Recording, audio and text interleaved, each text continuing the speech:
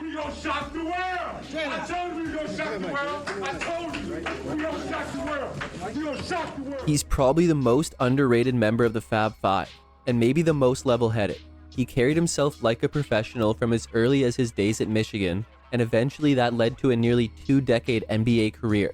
But Juwan Howard could really play too. He was a technician down low, with great footwork and a lethal post spin move, but he had no problem stepping out from 15 feet and could put the ball on the floor when he had to. And his skill down low went both ways, as he was also a great post defender. He wore his heart on his sleeve and played the game with passion, and the whole world got to see that during the Fab Five's global takeover in the early 90s. After a great college career, he would spend years with Washington, playing alongside his Fab Five teammate Chris Webber for a lot of those years, putting up good consistent numbers, but underachieving as a team. Yet after his time in Washington, he became a journeyman the rest of his career, never spending more than 4 full seasons with one team over the following 13 years.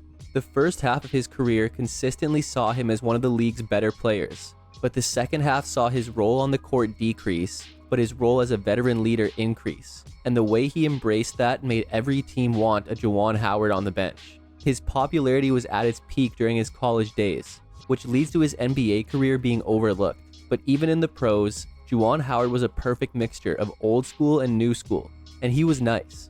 Let's jog your memory. A Chicago native, Juwan Howard would be raised by his grandmother and eventually attend Chicago Vocational Career Academy, where he would play 3 years of varsity basketball and was already looking like one of the nation's best prospects as a sophomore, even earning an invitation to the ABCD camp.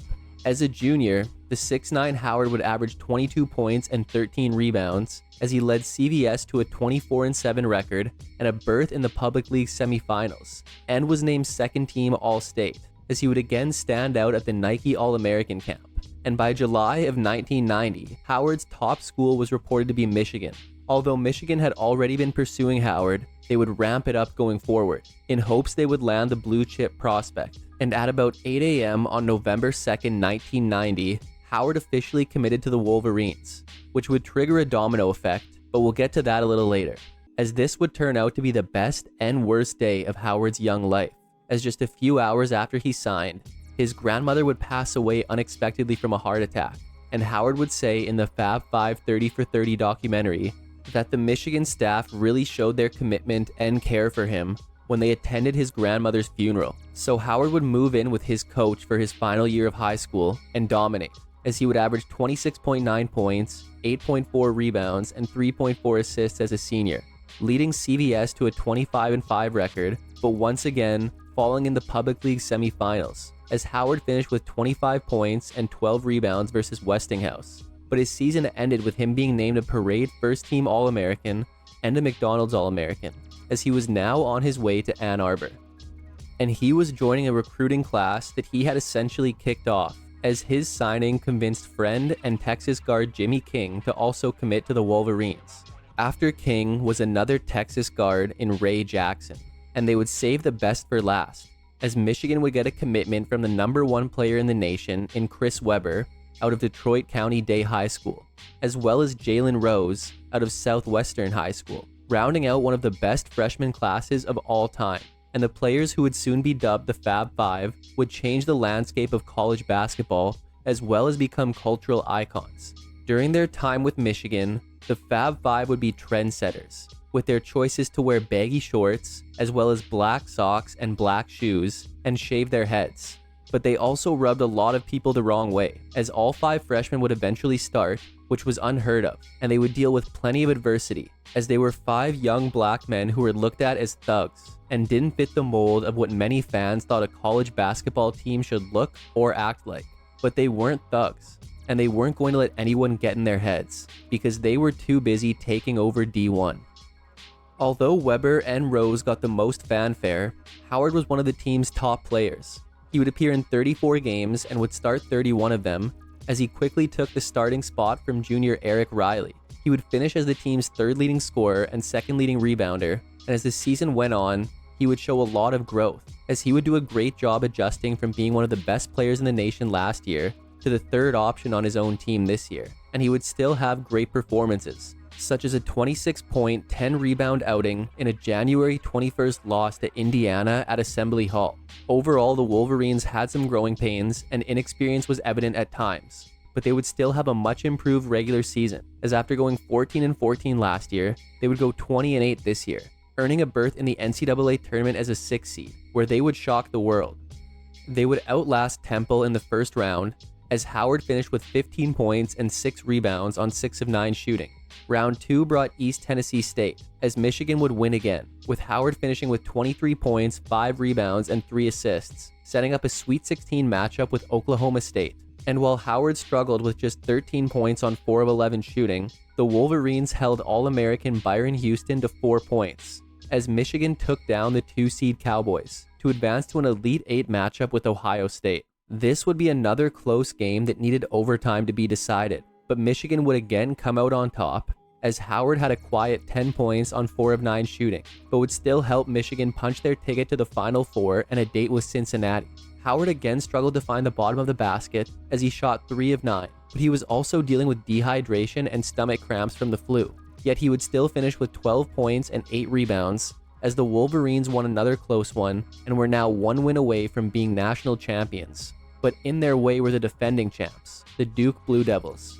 And going into the game, Howard was still suffering from the effects of the flu, and unfortunately, Michigan came up just short of their goal, as after a close first half, which saw Howard play exceptional defense on All-American Christian Laettner, Duke outscored them by 21 in the second half to win easily, as Howard managed just 9 points for the game. So his freshman season had ended with him averaging about 11 points, 6 rebounds, and 2 assists per game. Going into the 93 season, Michigan wasn't going to be shocking anybody, as they were looked at as favorites to win it all.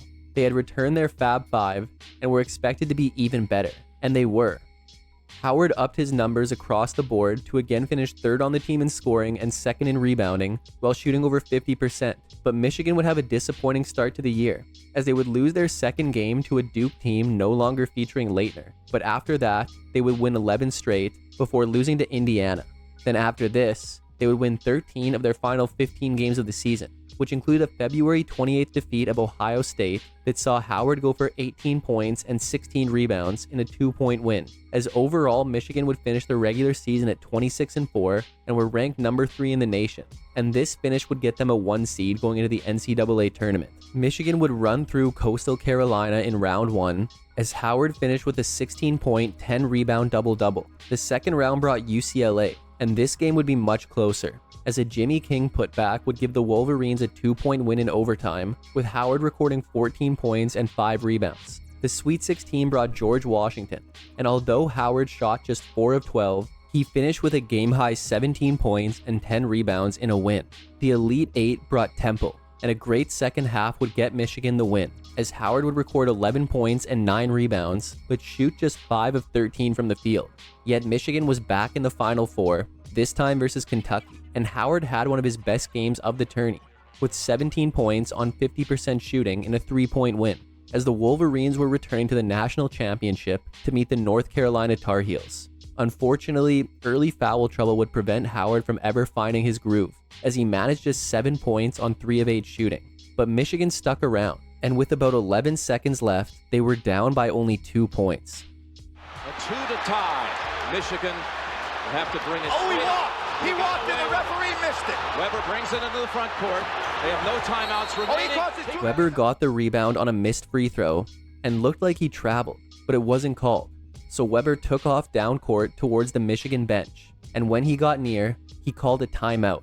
Yet Michigan had no timeouts, as they were assessed a technical foul, resulting in free throws and possession for UNC, as the Tar Heels iced the game and ended Michigan's season in heartbreak, with Howard's sophomore year ending with him averaging about 14.5 points, 7.5 rebounds, and 2 assists per game. Soon after the loss, Weber would declare for the 1993 NBA draft, officially ending the Fab Five era, but the other 4 stayed, and Howard, more than anyone, was expected to take a big step forward as their new top big man, and he would. Howard would play and start in 30 games, as he would lead the Wolverines in scoring, rebounding, and steals, while shooting over 55%, as he would finish as a top 3 scorer and top 5 rebounder in the Big Ten. and would be named a third-team All-American by the Associated Press. The Wolverines clearly missed Weber, but they were still among the nation's best. They would start the year 5-0 and were sitting at 13-4 going into a February 1st matchup with number 8 Purdue, when Howard would record 17 points and 17 rebounds in one of his most memorable Michigan performances, which saw him put back an offensive rebound with about 20 seconds left, acting as the eventual game winner. And this would be the third win in a 9-game win streak for a Wolverines team who eventually finished the regular season at 21-7 and would get another NCAA tournament berth as a 3 seed. And after underwhelming tournament performances in both 92 and 93, Howard would show out in 94. The first round would be a close win versus Pepperdine, as Howard finished with 28 points, 9 rebounds, and 4 steals on over 70% shooting before fouling out. He would be even better in a second round defeat of Texas, as he finished with 34 points and 18 rebounds on over 66% shooting. The Sweet 16 brought Maryland, and Howard again played well, with 24 points and 11 rebounds on 60% shooting before fouling out late. But Michigan would take the game to advance to the Elite 8 versus Arkansas, but their championship hopes came to an end, as Arkansas outlasted Michigan, even though Howard finished with 30 points and 13 rebounds on nearly 65% shooting. And Michigan's season was over, but Howard had ended the year strong, and overall finished with averages of about 21 points, 9 rebounds, and 2.5 assists per game. A few weeks after the loss, Howard would announce his intention to enter the 1994 draft, with Rose declaring the following day. And when the draft rolled around, Howard would come off the board pretty early. With the 5th pick in the 1994 NBA draft, the Washington Bullets select Juwan Howard from the University of Michigan. So Howard had gone 5th overall to the Washington Bullets, but he didn't receive a vote of confidence from his GM, who said that he would have rather had 2nd overall pick Jason Kidd, and reportedly expressed doubts in Howard's ability. And this would play a part in Howard's ensuing contract holdout, causing him to miss all of training camp and the beginning of the season. But on November 17th, he would agree to an 11-year, $36.6 million deal with an escape clause. But that wasn't the only move the Bullets made that day, as they completed a huge deal, which saw them acquire the reigning Rookie of the Year from Golden State, who also happened to be Howard's Fab Five teammate. The big man duo of Howard and Weber were expected to be able to lead the Bullets into eventual title contention. The Bullets also featured second-year guard Calbert Chaney and the reigning Most Improved Player of the Year, Don McLean. Howard would finish second on the team to Weber in both scoring and rebounding, as the two combined to average about 37 points and 19 rebounds per game. Howard would hit double figures in 57 games, including 3 games with at least 30 and 17 double-doubles. And he would dish a career-high 9 assists in a March 8th loss to Detroit, as Howard would earn a spot in the 1995 Rising Stars game at All-Star Weekend and would be named second-team All-Rookie, as well as finish 5th in Rookie of the Year voting. The Bullets had started a respectable 4-3 prior to Howard and Weber joining the team, but the sudden changes affected chemistry and communication, as the Bullets would only win 17 games over the rest of the season. Howard would injure his ankle in late March, and the Bullets would go 0-10 while he was sidelined, en route to a 13-game losing streak, as overall they would finish the year at 21-61, with Howard wrapping up his rookie year, averaging about 17 points, 8.5 rebounds, and 2.5 assists per game. The Bullets would pick up another young forward during the NBA draft in North Carolina's Rasheed Wallace. And although it seemed he would be stuck behind Weber and Howard this season, that wouldn't be the case, as shoulder and ankle injuries would limit Weber to just 15 of the team's first 39 games before shoulder surgery would end his year. And he wouldn't be the only one to struggle with injuries, as 2 of Washington's top acquisitions, in guards Mark Price and Robert Pack, would both miss significant time this season. So Wallace would often start in place of Weber, but it was Howard who became Washington's go-to guy. He would play and start in 81 games on career-high minutes, while also putting up career highs in scoring and assists. He would lead the team in scoring and finish second in rebounding, as his 22.1 points per game would be top 10 in the league. He would hit double figures in 78 games and would have back-to-back 40-point games, when he had 40 points in an April 17th loss to Boston, then a career high of 42 points on over 65% shooting in a loss to Toronto 2 nights later. and he would also record 22 double-doubles on the season. Howard's great year would see him voted to his first and only All-Star game, while also being named third-team All-NBA. And even though the Bullets were shorthanded most of the year, they featured an improved offense and defense, and would nearly double their win total, as they finished at 39-43. But this still wouldn't be enough for a playoff berth, as Howard's sophomore season had seen him average about 22 points, 8 rebounds, and 4.5 assists per game. But this would be the end of Howard's time in Washington, or so he thought. Howard's escape clause would allow him to become a restricted free agent, and in an effort to free up cap space, the Bullets would renounce his rights on July 15th, and just days later, he would agree to a 7-year, $100.8 million contract with the Miami Heat, as he would become the first player in NBA history to sign a $100 million deal. But on July 31st, the NBA would void his contract, saying that Miami incorrectly calculated their available salary cap room, as the Heat reportedly had already had a contract agreement with their star big man Alonzo Mourning, who would end up signing his own 7-year deal worth $105 million, and had also failed to factor in performance bonuses of both Tim Hardaway and PJ Brown, something Miami GM and president Pat Riley vehemently denied. During this time, Washington had signed a couple forwards in Tracy Murray and Lorenzo Williams, but Commissioner David Stern ruled that the Bullets could reacquire Howard as their own free agent due to not being able to undo these other signings. But they would need to forfeit their 1997 first-round pick if they chose to re-sign Howard. And they did. And as they possessed his bird rights, they were able to go over the salary cap and sign him to a 7-year deal, reportedly worth upwards of $100 million, as this would be the second $100 million contract that Howard signed in less than a month. In a move overshadowed by the Howard situation, on the same day the Bullets renounced his rights, they also sent a package headlined by Wallace to Portland for a package headlined by point guard Rod Strickland, as they finally had one of the league's best facilitators to get their young duo the ball. And the three looked to mesh well, as Strickland would have one of the best seasons of his career. Weber would come back healthy, and Howard would play and start in all 82 games and finish second on the team in scoring and rebounding. Howard would hit double figures in 77 games, including 43 with at least 20, while also recording 24 double-doubles. But it looked like the Bullets were heading for another disappointing season, as on February 5th they were sitting at 22-24 when they fired head coach Jim Lynam, eventually hiring Bernie Bickerstaff for the rest of the season. And under Bickerstaff, Washington would go 22-13 and would end the season on a 4-game win streak, as their 44-38 record would be enough to get them the final playoff spot in the East versus the defending champion Chicago Bulls.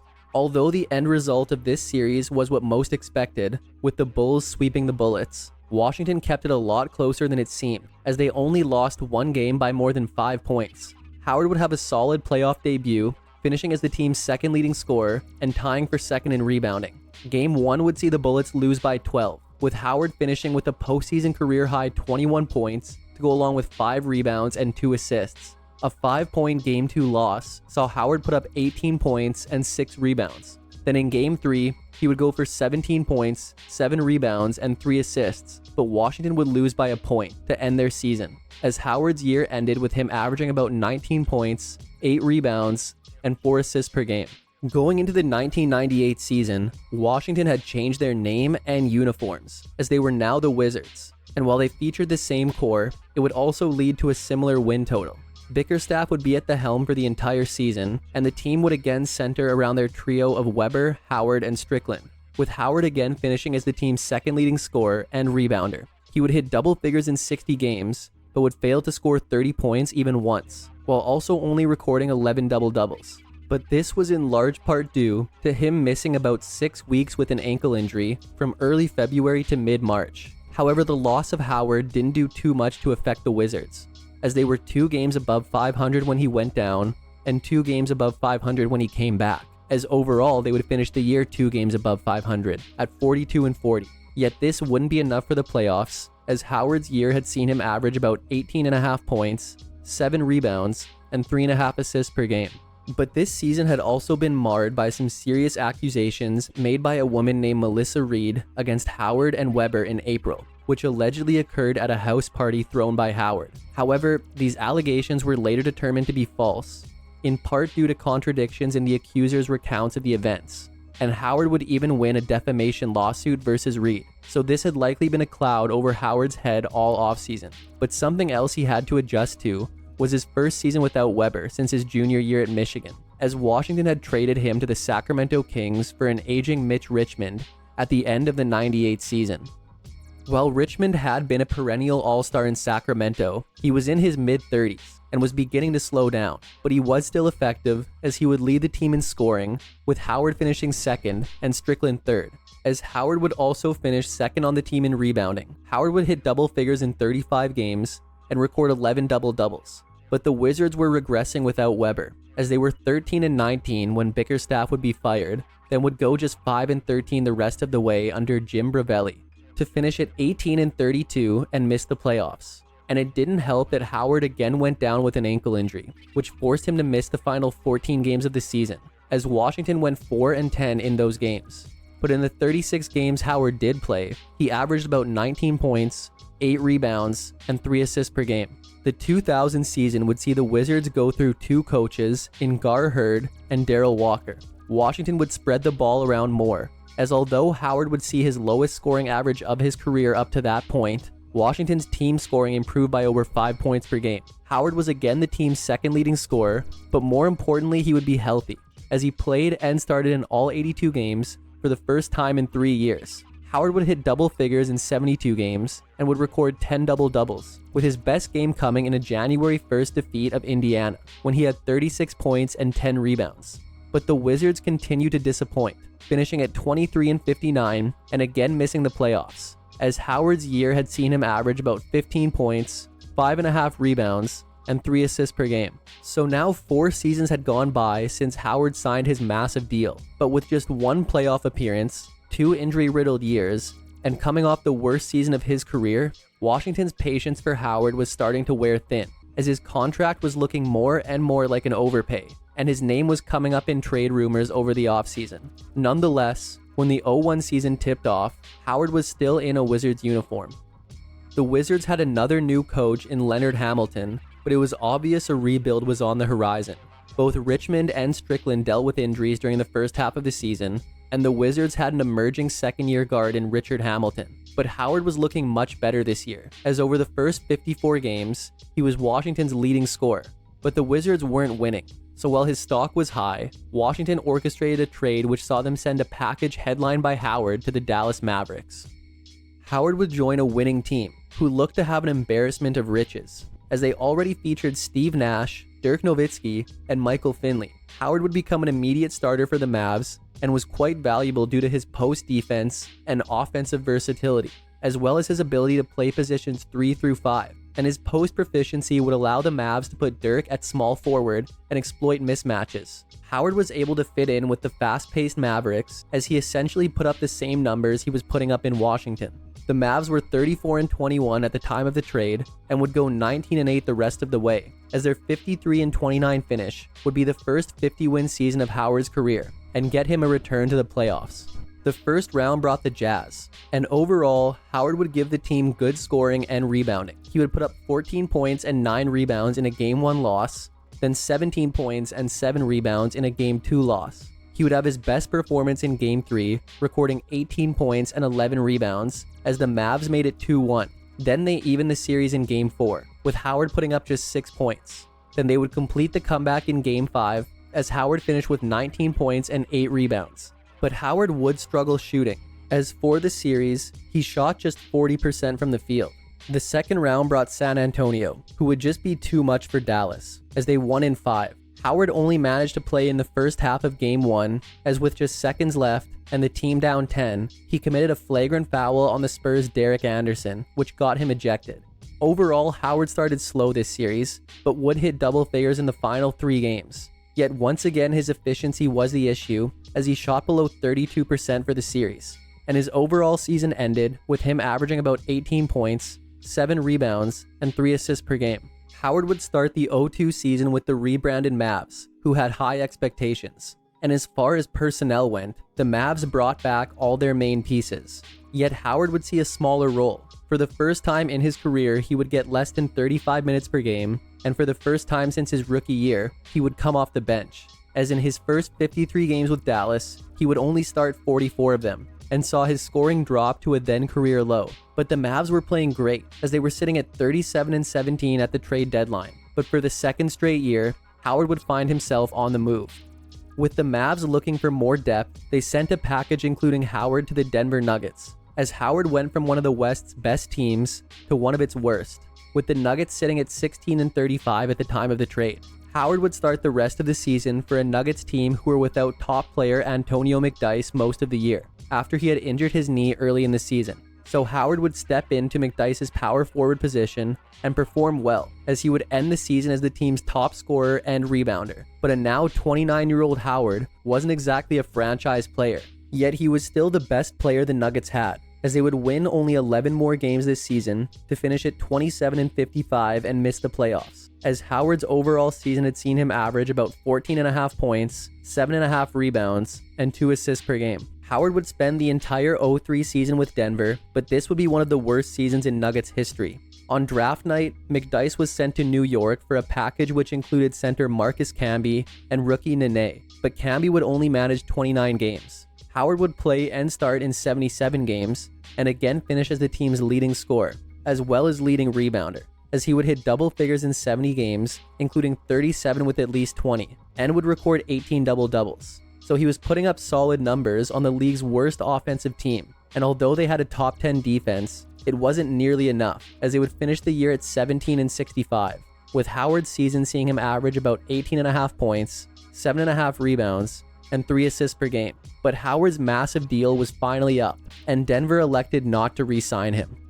In mid-July, Howard signed with the Orlando Magic. The Magic already possessed the league's top scorer in Tracy McGrady, and although they featured former All-Star Grant Hill, foot problems had limited him to 47 games in the past 3 years, and would eventually keep him out for the entire 04 season, as Howard would become the team's second option. T-Mac would again win the scoring title, but Howard would finish second on the team in scoring and first in rebounding on his usual averages. He would hit double figures in 72 games and record 16 double-doubles, and would play very well near the end of the year, with McGrady injured, as he would have 3 games with at least 25 points, including his season high of 38 points over the final 10 games of the season.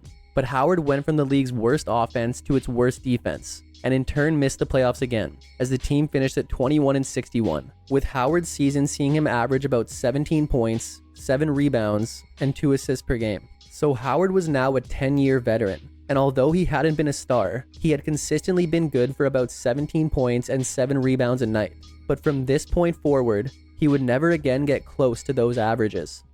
The 05 season began with Howard on the Houston Rockets, as he had been included in the blockbuster trade, which also saw Houston acquire Tracy McGrady, as Howard was joining their new duo of McGrady and Yao Ming. Howard would come off the bench over the first month of the season before being inserted into the starting lineup. But then with the team sitting at 39-26, Howard would sprain his MCL, then contract a serious viral infection, unfortunately ending his season, as he would hit double figures in 32 games and record 7 double-doubles for a Rockets team that finished at 51-31 and lost to Dallas in the first round, as Howard's season ended with him averaging about 9.5 points, 5.5 rebounds, and 1.5 assists per game. Shortly before the 06 season, the Rockets acquired point guard Rafer Alston, but this season overall would be a disappointment, as McGrady and Yao missed 35 and 25 games respectively, and the Rockets turned in a losing season. Howard would be a constant on the team, as he would play and start in 80 games, as this would be the final time in his career playing at least 30 minutes per game, and also his final time averaging double-digit scoring, as he would hit double figures in 47 games, including 2 games with at least 30 and 10 double-doubles. But the injuries to their 2 stars really hurt Houston's offense, as they were the second lowest scoring team in the NBA, resulting in a 34-48 record, and would miss the playoffs, as Howard's season had seen him average about 12 points, 6.5 rebounds, and 1.5 assists per game. Going into 07, the Rockets had acquired forward Shane Battier over the offseason, and McGrady would have a much healthier season, playing 71 games. But Yao continued to battle injury, as he would only manage 48 games this year. Howard appeared in 80 games, but he would turn 34 this year, and was slowing down, as he would only start 38 of them. But he would be a great second unit player for Houston, as he would still hit double figures in 40 games and record 9 double-doubles, and would be more than serviceable in the 38 games he did start. With a healthier team and improved offense, Houston returned to their winning ways, as they finished at 52-30 and would get a first-round matchup with Utah. Howard would appear in every game, but would struggle offensively, as he would shoot 40% for the series and average just 5 points, as his best game would come in a Game 5 win to put the Rockets up 3-2, when he had 12 points and 6 rebounds on 6 of 6 shooting. But the Rockets would drop the final 2 games to lose the series, as Howard's year ended with him averaging about 9.5 points, 6 rebounds, and 1.5 assists per game. During the offseason, Howard was traded to Minnesota and was looking forward to playing with Kevin Garnett, but then just a couple weeks later, Garnett was traded to Boston, and a soon-to-be 35-year-old Howard didn't want to be in a rebuilding situation and would request a trade. But after failing to find a trade partner, Minnesota would buy out the remainder of Howard's contract days before the 2008 season. Howard would return to the Dallas Mavericks, who were coming off the best regular season in franchise history with reigning league MVP Dirk Nowitzki. But Howard would barely see the floor this season. With an already established rotation, Howard would only appear in 50 games, averaging just 7 minutes in those games, as the Mavs would finish at 51-31 and get a first-round matchup with New Orleans. For the second straight year, Dallas would be bounced in the first round, as Howard would appear in 3 of the 5 games for a combined 11 minutes of action, as his season wrapped up with him averaging about 1 point, 1.5 rebounds, and half an assist per game. Howard would again be a free agent and return to another old team when he signed on with Denver, but this wouldn't last long, as after the Nuggets traded Allen Iverson for a 3-player package headlined by Chauncey Billups, they would waive Howard to free up roster space after he appeared in just 3 games.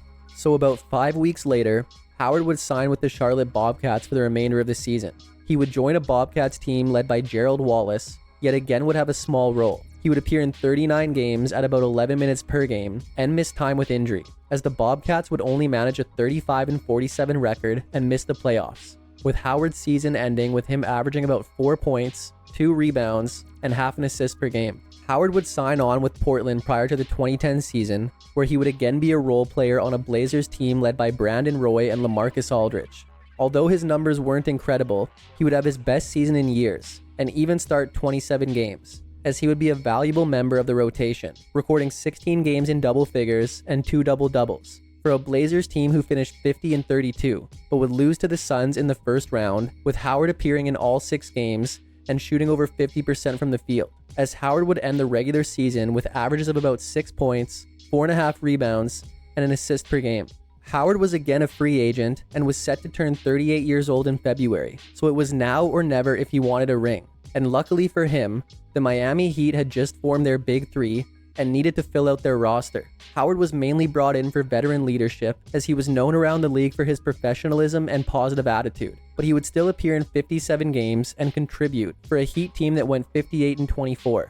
The Heat would defeat Philly in the first round of the playoffs, with Howard seeing brief action in 3 games. In a 5-game second-round defeat of Boston, Howard would only appear in Game 5. The conference finals versus Chicago would be another 5-game victory, as Howard appeared briefly in the first 2 games, leading to a finals matchup with Dallas, which saw Howard appear in 5 of the 6 games. But his quest for a ring eluded him, as Dallas won the championship, with Howard's season ending with him averaging about 2.5 points, 2 rebounds, and half an assist per game. Howard re-signed with Miami for the 2012 season, and the Heat also added Shane Battier. Howard would appear in less than half of the lockout-shortened 66-game season and would have an even smaller role than last year. But the Heat would go 46-20, setting up a first-round matchup with New York, which they would win in 5, as Howard saw brief action in Game 1. The second round saw Miami defeat Indiana in 6, as Howard appeared in 2 games. Then a 7-game defeat of Boston in the conference finals saw Howard appear in 4 games, as Miami was back in the finals and this time would finish the job, defeating OKC in 5 games, with Howard getting a few minutes of action in Game 5. But more importantly, finally winning a championship after 18 years in the league, as his season had seen him average about 1.5 points, 1.5 rebounds, and half an assist per game. Howard would not be re-signed and look to be done his career, but in early March, he would re-sign with Miami and eventually sign on for the remainder of the 2013 season. But he would strictly be a locker room presence and injury insurance, as he would suit up for just 1 game but still never see the court in Miami's 2013 playoff run, which saw them repeat as champions, with Howard's very brief season seeing him average about 3 points, 1 rebound, and 1 assist per game. And that would mark the end of Howard's playing career. Not surprisingly, Howard would transition to coaching, beginning as an assistant for the Heat, but in 2019, he would be hired as head coach of his alma mater in the Michigan Wolverines. And he would spend 5 seasons there, which consisted of some high points, like leading the Wolverines to back-to-back tournament appearances, but also some low points, which ultimately led to the program moving on from Howard in 2024, before he would again become an NBA assistant. Juwan Howard was the definition of consistent for the first half of his NBA career. Even dating back to his Michigan days, most of the time you knew what to expect from Howard. He may not have been the same entertainer as Jalen Rose, or have the flash and flair of Chris Webber, but he was steady and predictable at Michigan, yet also passionate, and there's nothing wrong with that. He had his tournament woes, but ended strongly as a junior. Then he was reunited with Webber to start his NBA career, and the expectations were high. And Howard again was consistent, putting together an all-star season and overall being an above-average player in the league for a decade with a few teams, using his two-way ability, refined post-game, and elite footwork to contribute everywhere. His production took a huge hit over the second half of his career, but he was a natural leader and motivator, and understood the veteran presence that so many teams needed. He was in the spotlight from an early age, and part of one of basketball's biggest attractions in the early 90s. And although some might have expected him to have a more prolific career, he handled pressure that most players couldn't, and carved out a nearly 2-decade pro career. And on top of that, he can always say that he was the only Fab Fiver to win a ring. But that's it for today's episode on Juwan Howard. Hope you enjoyed it, and make sure to subscribe for more videos like this one. If you liked it, check out this one on one of his Fab Five teammates, or this one on his point guard in Washington. Thanks for watching, and see you next time.